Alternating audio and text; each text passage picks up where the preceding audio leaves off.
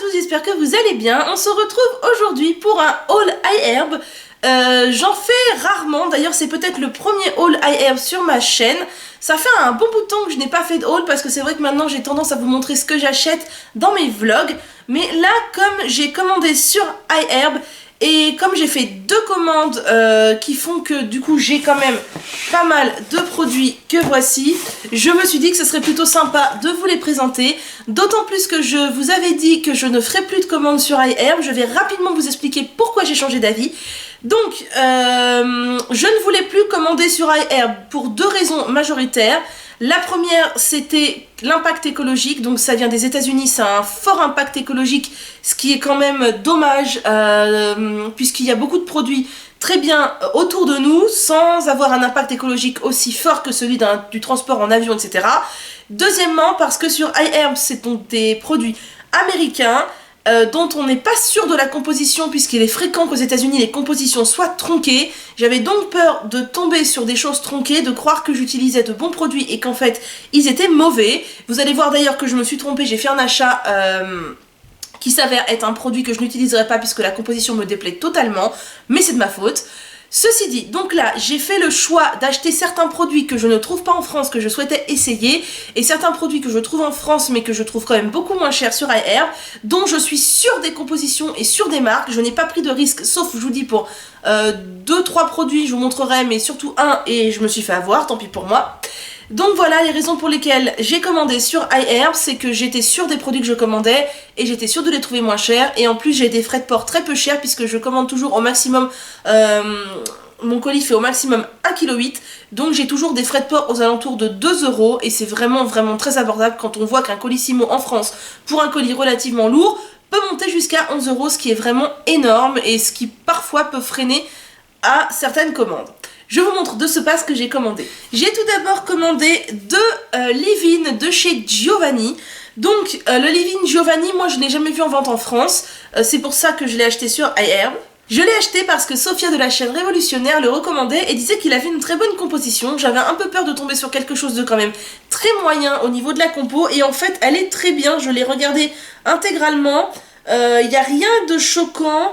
Mis à part du phénoxyéthanol, sinon tout le reste est clean. Bon, bien sûr, le phénoxyéthanol est un conservateur qui peut être irritant. Si possible, je l'évite, mais c'est vrai que dans les produits américains, c'est quand même assez compliqué d'éviter le phénoxyéthanol. Donc, on va dire que là, je passe outre. J'en ai acheté deux. Pourquoi? Parce que je vais en offrir une à ma copine qui a les cheveux méga bouclés. Je suis sûre que ça va lui convenir à fond et j'ai vraiment hâte qu'elle l'ait et qu'elle me donne son avis. Donc j'ai déjà utilisé ce leave-in Giovanni plusieurs fois, il est très léger, j'aime beaucoup les leave-in qui sont très légers, il redéfinit relativement bien les ondulations, je l'aime bien. Ceci dit, j'ai déjà fait le test d'en mettre trop, hein, comme à chaque fois, moi je suis un peu généreuse, voilà, ça m'a fait les cheveux poisseux, mais si on en met la juste dose, il est vraiment très bien. Et je pense que pour les filles qui ont les cheveux encore beaucoup plus bouclés, ondulés que moi, ça pourra leur convenir encore mieux. Sa texture est un peu blanche, un peu très aérienne, un peu aqueuse et un peu gélatineuse, vraiment très agréable à travailler. J'ai ensuite commandé le déo Schmitt au géranium, mais c'est les nouvelles formules sensitives, sans bicarbonate de soude. Non pas que je sois allergique au bicarbonate de soude, parce qu'en ce moment j'utilise la fin d'un Schmitt et la fin d'un Clémence et Vivien, si je ne m'abuse, et je les aime beaucoup tous les deux. Ils contiennent du bicarbonate et ça me convient parfaitement, mais j'avais envie d'essayer ce déodorant car il est sans bicarbonate. Je voulais tester et je voulais voir s'il était aussi efficace que ceux contenant du bicarbonate, d'autant plus que je trouve la version stick vraiment pratique, contrairement à la version pot, parce que faut l'avouer, se mettre la main dans le pot c'est un truc qui peut être super pénible parfois, et je n'ai jamais osé tester la version stick de chez Schmitt parce qu'il était dit qu'il y avait encore plus de bicarbonate de soude que dans les pots et j'avais quand même peur que ça finisse par m'irriter. Donc je l'ai senti, il sent très bon le géranium. Je crois qu'il y avait 3 parfums, il y avait arbre à thé, géranium et tea tree. Je l'ai payé un petit peu moins cher qu'en France, mais pas beaucoup moins, mais comme j'ai fait une commande et qu'il était disponible, j'en ai profité. Je n'ai pas encore testé, mais j'ai vraiment hâte de le faire et j'espère qu'il sera aussi efficace que ses petits frères en pot. Même si j'en ai encore, j'ai décidé de me racheter le Kinky Girly Not Today, donc qui est une sorte de gelée bouclante. On peut voir dans le pot que c'est une sorte de gelée blanche. Elle est très légère, un peu du même genre que le leave-in Giovanni, mais encore plus aérienne. Je l'avais déjà testé plusieurs fois, j'en ai encore d'ailleurs dans ma salle de bain dans une petite miniature, mais elle me fait vraiment de très très beaux cheveux. Je ne l'utilise pas de manière récurrente, je l'utilise de manière ponctuelle et c'est vrai qu'elle me fait de beaux cheveux. Je crois que ce que l'on peut déplorer dans la composition, qui n'est pas écrite dessus, d'accord, c'est merveilleux. Ah si, organique mango, donc de la mangue. Ce leave-in ne conviendra pas aux puristes puisqu'il contient des ammonium quaternaire et du phénoxyéthanol. Donc voilà, moi j'accepte de temps en temps d'appliquer des ammonium quaternaire et du phénoxyéthanol sur mes cheveux. Je n'en applique jamais sur mon cuir chevelu mais sur mes longueurs, j'accepte de le faire de temps en temps. Donc quand j'ai envie de me faire vraiment de beaux cheveux bien brillants et avec des bien doux, avec des ondulations bien plus définies que ce que j'ai là, vous voyez, puisque là je me suis pris la pluie, le vent et tout en rentrant du travail. Voilà, c'est un bon produit. Si vous n'êtes pas trop à cheval sur les compositions, je vous le recommande. Par la faute d'Edelweiss, donc du blog Edelweiss Hair Care, j'ai craqué sur le sérum anti-frisottis et soin thermoprotecteur, mais ça je m'en fiche complètement, de chez Desert Essence. Tout simplement parce que c'est un peu comme une brume hydratante. Enfin, c'est une brume hydratante d'ailleurs, mais c'est plus hydratant et nourrissant que mon simple spray d'hydrolat que je me fais pour les jours où mes cheveux ont besoin d'être un peu plus nourris et hydratés. J'en ai entendu du bien, elle m'en a dit beaucoup de bien, donc j'avais envie de la tester. La composition, il me semble, alors qu'elle est à peu près correcte. Donc on a de l'eau, de la glycérine, de l'huile de coco, de la provitamine B5, de l'huile de jojoba.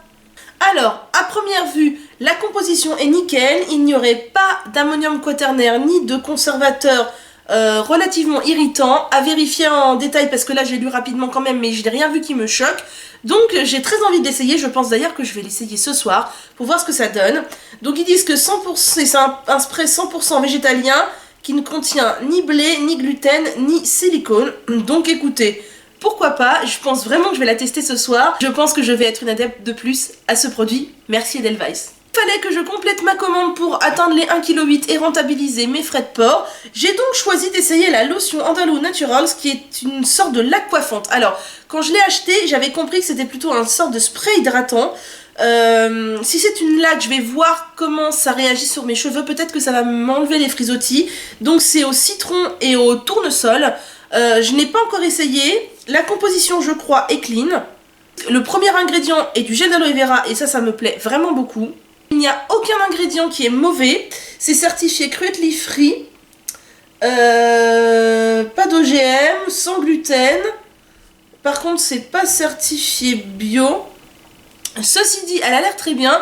J'espère juste que ça n'a pas trop un pouvoir laque, mais plutôt un pouvoir hydratant. Je testerai et on verra bien.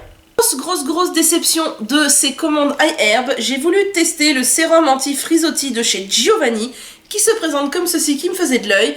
Je me suis dit que comme le leave-in était clean, le reste de la gamme allait être clean, et en fait c'était une grosse erreur de ma part, puisque quand j'ai regardé la composition de ce sérum anti-frisottis, le deuxième ingrédient n'est autre que des silicones, donc il est hors de question que je l'applique sur mes cheveux. Je ne sais plus combien il m'a coûté, je crois que c'était de l'ordre de 6-7 € peut-être. Voilà, j'ai gâché 6-7 €, j'ai jeté de l'argent par la fenêtre. Je vais le donner à quelqu'un qui ne fait pas attention à la composition des produits et qui s'en fout et qui l'utilisera. J'ai un peu l'impression de faire un cadeau empoisonné parce que je donne quelque chose de mauvais pour les cheveux. Mais après tout, si des gens l'utilisent, pourquoi pas. Moi, c'est hors de question que je mette ça sur mes cheveux. C'est le jeu, j'ai voulu jouer, j'ai pas fait attention, j'ai perdu, tant pis. Dernier produit, et pas des moindres puisque c'était l'objet surtout de ma seconde commande, j'ai commandé des baumes à lèvres de chez Uro, un certain nombre. Ça faisait longtemps que j'entendais parler des baumes à lèvres de chez Uro et j'avais vraiment envie de tester. J'avais fait un peu le tour sur internet et j'avais vu qu'ils étaient en vente sur plusieurs sites français, mais j'ai quand même constaté que sur un baume à lèvres, je crois, donc qui vaut dans les 2,70 €, 80 €, il y avait plus de 50 centimes de différence, même voire 60-70 centimes de différence entre le prix en France et le prix aux États-Unis. Et quand on a 70 centimes de différence sur quelque chose à 3 €, c'est énorme. C'est pourquoi j'ai commandé aux États-Unis parce que je crois que les baumes me sont revenus en gros à 2,60 € alors qu'on approchait des 3,50 € en France. C'est quand même considérable. Pourquoi j'en ai commandé autant? Parce que j'ai fait mon stock déjà, parce que j'en ai un en cours que je n'ai pas avec moi là, mais je l'ai racheté parce que je le trouve génial. C'est celui à la camomille qui est extra nourrissant pour la nuit. et je compte aussi en offrir à ma maman et à des amis. Je vous montre tout de suite ce que j'ai acheté. Pour commencer, j'ai acheté celui donc qui s'appelle Kapha, qui est donc au gingembre, à l'eucalyptus et au pamplemousse. C'est celui donc ayurvédique. J'avais trop envie de tester les 3 ayurvédiques parce que vous savez que j'adore l'ayurveda. Donc celui-ci c'est le petit rouge ayurvédique et franchement je ne l'ai pas testé mais je suis sûre qu'il va être génial. Pour continuer dans la gamme ayurvédique, j'ai acheté celui Pitta, donc qui est à la noix de coco, à la menthe et à la citronnelle. Pareil, j'aime tellement les trucs ayurvédiques. J'espère qu'il n'a pas de nom que une consonance ayurvédique, mais qu'il a réellement une composition qui se rapproche des soins ayurvédiques. Donc dedans, qu'est-ce qu'on a? De l'huile de sésame, de l'huile de coco. Ah, je n'arrive pas à lire. De la cire de candélila, du cacao, de l'huile de castor oil, de l'huile de ricin, de la menthe poivrée, de la citronnelle, de la malaki, je ne sais pas ce que c'est peut-être quelque chose d'ayurvédique justement, et de la vitamine E. Je suis sûre qu'il va être lui aussi génial. Le troisième de leur gamme ayurvédique est le Fatta, qui est à l'amande et à quelque chose d'autre, mais je n'arrive pas du tout à lire sur le packaging brillant comme ça. En tout cas, voilà, j'ai craqué pour son nom aussi ayurvédique et je suis sûre qu'il sera génial. Je me suis ensuite repris 2 de ceux pour la nuit, donc à la camomille et à la vanille. J'en ai un en cours dans ma chambre et en fait il est très crémeux, il est très épais, c'est hyper agréable de dormir avec la nuit, mais comme il est très crémeux, il descend relativement vite. J'ai donc fait mon stock en m'en rachetant 2, je suis sûre de tenir tout l'hiver et mes lèvres vont être bien protégées. Je vais essayer d'éviter les lèvres gercées. J'en ai ensuite pris de haut thé vert, non pas pour moi mais pour offrir à ma maman et à une amie qui aime beaucoup le thé vert. Moi j'aime bien le thé vert mais je ne suis pas sûre d'apprécier beaucoup l'odeur. Ceci dit, quand j'ai vu thé vert, j'étais sûre que ça leur plairait, donc j'ai hâte de leur offrir ça pour Noël. J'en ai ensuite pris 3 à la noix de coco, 1 pour moi et 2 pour des amis. C'est un incontournable pour moi, la noix de coco, c'est vraiment un basique. C'est une senteur que j'aime bien et je suis sûre que ça leur plaira. Mes copines sont toujours contentes parce que je leur offre toujours des petits trucs que j'ai dénichés, des petits trucs naturels et elles sont toujours super ravies. Donc là, je suis sûre de leur faire plaisir avec ces petits baumes Uro et je suis sûre qu'elles ne les ont jamais testés. J'en ai pris 2, donc Earl Grey, donc pareil toujours dans la senteur du thé. C'est aussi pour offrir à ma maman et à une amie, puisque moi je vous dis je ne suis pas une grande fan de thé, mais je suis sûre que ça leur plaira. Donc voilà, les petits baumes Uro, franchement pour ce que j'ai pu tester, j'en ai aussi un à l'amande que j'ai oublié de vous montrer, qui se trouve dans mon sac à main. Alors ils sont très forts l'amande, moi qui suis pas une grande fan d'amande, je trouve ça un peu trop fort, donc cette senteur là je ne la rachèterai pas. Mais par contre, il protège extrêmement bien les lèvres, il est vraiment très agréable. Et la petite forme un peu aplatie, là, qui n'est pas ronde, je trouve ça super original, j'aime beaucoup.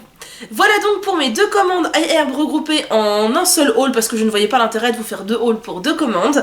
Donc je suis satisfaite de la livraison puisque ça a été livré relativement vite, en environ une dizaine de jours. Je n'ai pas eu de frais de douane, je n'ai jamais eu de frais de douane sur iHerb et pourtant je pense que c'était bien ma 10e commande depuis 2 ans. Parce que je commande toujours en faisant attention au poids de mon colis, que ça ne dépasse pas 1,8 kg, ce qui me permet de commander en colissimo normal, ils appellent ça en postal air, je sais pas quoi, sans signature, sans rien. Ce n'est pas un transporteur qui me le livre, c'est la poste et je n'ai jamais eu de frais de douane. C'est vraiment un avantage et je vous dis, on a des frais de port tout petits. Pour une des commandes, j'ai eu des frais de port autour de 3,50 € et pour l'autre, je crois que c'était autour de 2,60 €. Donc c'était vraiment abordable. Si vous souhaitez avoir une réduction sur iHerb et que c'est votre première commande, je vous ai mis un lien dans la barre d'infos. Il vous suffit de cliquer dessus et il me semble que vous aurez 10 $ de réduction pour votre première commande. C'est déjà ça de prix. J'espère que cette vidéo haul vous aura plu, que ça ne vous aura pas trop incité à commander sur iHerb et pour ma part, je vous dis à bientôt.